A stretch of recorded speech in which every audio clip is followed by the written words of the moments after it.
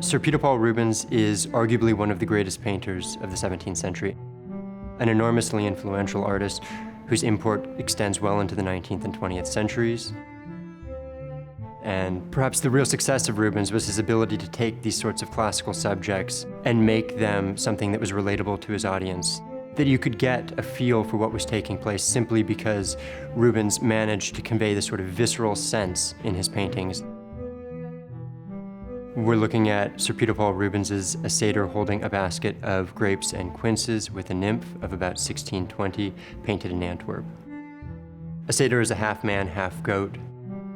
He was in the retinue of Bacchus, and Rubens shows that here with these sort of pinkish cheeks that suggest that the satyr has been imbibing alcohol and wine.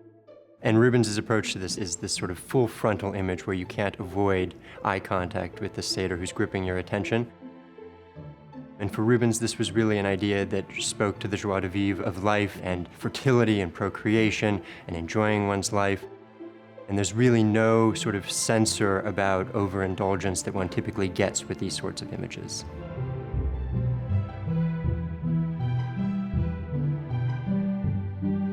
I think it's unavoidable in looking at a painting like this that the basket of fruit really just jumps out at you. It's been argued by a number of Rubens scholars that the basket of fruit is actually by one of his frequent collaborators, an artist named Franz Snijders, who was a specialist in still life painting.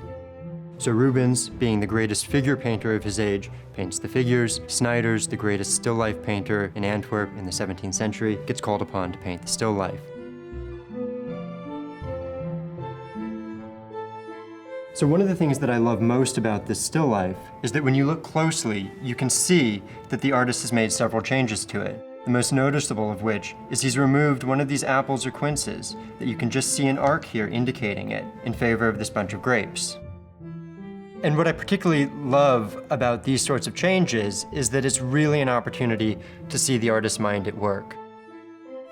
One of Rubens' great triumphs is his ability to take a classical subject and bring it down to a human level.